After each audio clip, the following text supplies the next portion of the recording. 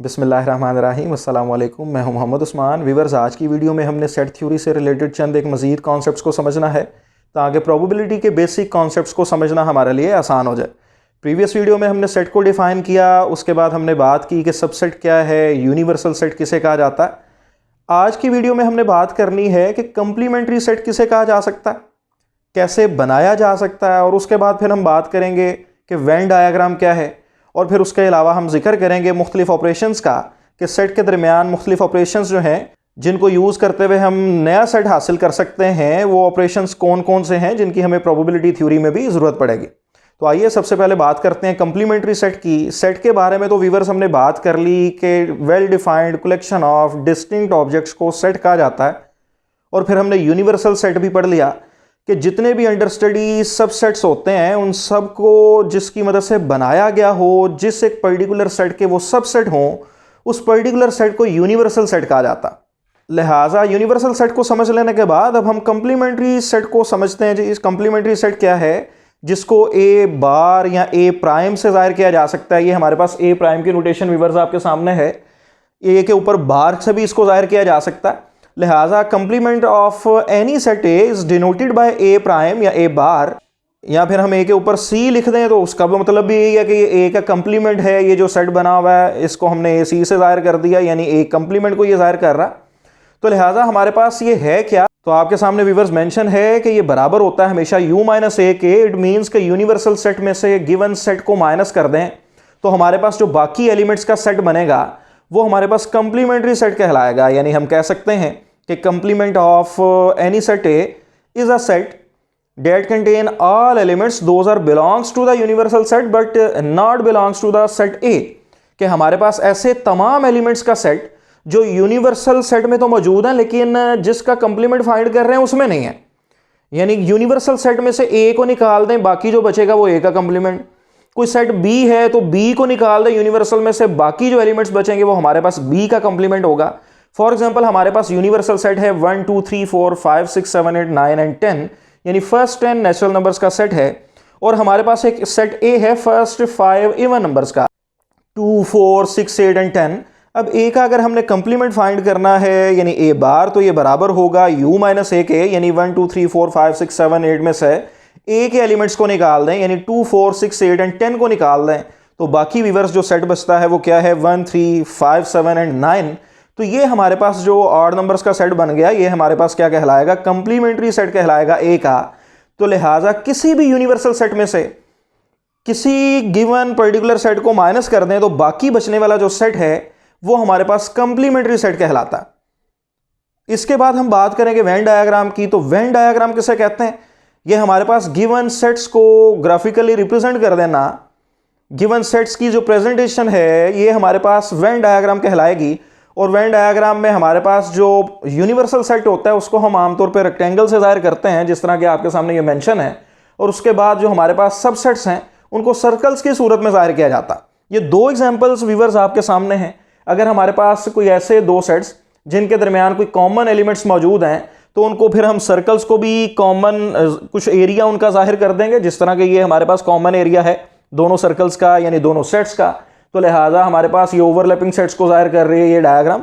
और इसी तरह हमारे पास ये जो दो सर्कल्स हैं ये बिल्कुल एक दूसरे से अलग-अलग है। इसका मतलब है ये डिसजॉइंट सेट्स को जाहिर कर रही है, यानी इन दोनों सेट्स के अंदर कोई भी एलिमेंट कॉमन नहीं है। तो लिहाजा हमारे पास ये हमने बात कर ली कि वेन डायग्राम क्या है।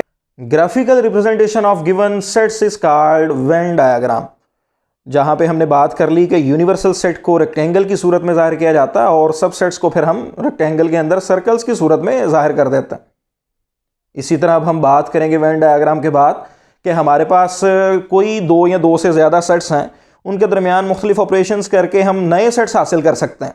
तो वो ऑपरेशंस जो कि बहुत ज़्यादा मशहूर भी हैं और प्रैक्टिकली हमें ज़रूरत पड़ती है उनकी, मैथमेटिक्स में या स्टेटिस्टिक्स में, प्रोबेबिलिटी के टॉपिक में बहुत ज़्यादा इसकी ज़रूरत होगी कि यूनियन ऑफ सेट्स क्या है और इंटरसेक्शन ऑफ सेट्स क्या है। तो लिहाजा सबसे पहले बात करते हैं यूनियन ऑफ सेट्स की। Union of sets for example अगर हम समझने के लिए दो सेट्स का जिक्र कर लें कि हमारे पास कोई दो सेट्स ए एंड बी हैं, तो हम बात कर सकते हैं कि हमारे पास कोई भी दो सेट्स अगर ए और बी हैं तो union of sets A and B contain all elements those are belongs to set A और set B are both sets A and B, कि यूनियन ऑफ टू सेट्स के अंदर एक ऐसा सेट है, ये भी यूनियन का जो सेट है कि उसके अंदर ऐसे तमाम एलिमेंट्स आ जाएंगे जो किसी एक सेट में हो, ए में या बी में पाए जा रहे हों या दोनों में हो, यानी कॉमन एलिमेंट्स भी इसमें लिखे जाएंगे और जो कॉमन नहीं है वो भी सारे लिखे जाएंगे। जस्ट कॉमन एलिमेंट्स का आपने याद रखना है कि जस्ट एक ही दफा लिखना है। कोई भी कॉमन एलिमेंट है हमारे पास, फॉर एग्जांपल 2 एक ऐसा एलिमेंट है कि सेट ए में भी पाया जा रहा है, सेट बी में भी पाया जा रहा है, तो यूनियन के सेट में लिखते हुए जस्ट 2 को वन टाइम लिखेंगे, क्योंकि हम सेट की डेफिनेशन ये कर चुके हैं कि सेट जो है ये हमारे पास well defined collection of distinct objects पे मुश्तमिल होता है, यानी हमारे पास इसमें कॉमन ऑब्जेक्ट्स को एक से ज्यादा दफा नहीं लिख सकते हैं, क्योंकि ये सेट थ्योरी के सेट की डेफिनेशन के खिलाफ होगी बात। तो लिहाजा हमने यूनियन ऑफ सेट्स की डेफिनेशन कर ली कि union of two sets A and B is a set that contain all elements those are belongs to set A और set B are both sets A and B. For example हमारे पास कोई set ए है, first 5 even numbers पे मुश्तमिल है, 2 4 6 8 and 10। Set B है वो ऑड नंबर्स पे मुश्तमिल है, हमारे पास 1 3 5 7 एंड 9। तो इन दोनों का यूनियन यानी ए यूनियन बी इक्वल होगा किसके, क्या एलिमेंट्स आ जाएंगे इस सेट के अंदर कि हमारे पास 1 2 3 4 5 6 7 8 9 एंड 10, यानी इवन नंबर्स भी आ गए और ऑड भी आ गए, जो ए में पाए जा रहे हैं वो भी और जो बी में पाए जा रहे हैं वो भी एलिमेंट्स आ गए। फॉर एग्जाम्पल यहाँ पे बी सेट के अंदर हम एक एलिमेंट का इजाफा कर देते हैं 8 का, यानी 1 3 5 7 8 एंड 9। बिल्कुल सेम हमारे पास सेट हासिल होगा जिस तरह कि हमने पहले हासिल किया था 8 के बगैर, जब हमारे पास बी सेट मौजूद है, क्योंकि 8 अब दोनों में कॉमन है, लिहाजा लिखा तो एक ही दफा जाना है, लिहाजा यूनियन के सेट पे किसी भी तरह का कोई चेंज नहीं आएगा। तो ये हमने व्यूअर्स यूनियन ऑफ सेट्स की बात की। इसी तरह अगर हम बात कर लें इंटरसेक्शन ऑफ सेट्स की, तो हमारे पास कोई भी दो सेट्स अगर ए और बी मौजूद हैं, उनके दरमियान अगर इंटरसेक्शन फाइंड करना चाह रहे हैं तो इंटरसेक्ट करने वाले एलिमेंट्स जो हैं वो उसमें शामिल होंगे, यानी जॉइनिंग एलिमेंट्स जो कि कॉमन एलिमेंट्स हैं। सिर्फ और सिर्फ कॉमन एलिमेंट्स का अगर सेट बना लें गिवन सेट्स की मदद से, तो हमारे पास कॉमन एलिमेंट्स का जो सेट है ये इंटरसेक्शन ऑफ सेट्स कहलाता है। इसकी अगर हम डेफिनेशन करें तो हम कह सकते हैं intersection of two sets A and B contain all elements those are belongs to both set A and B.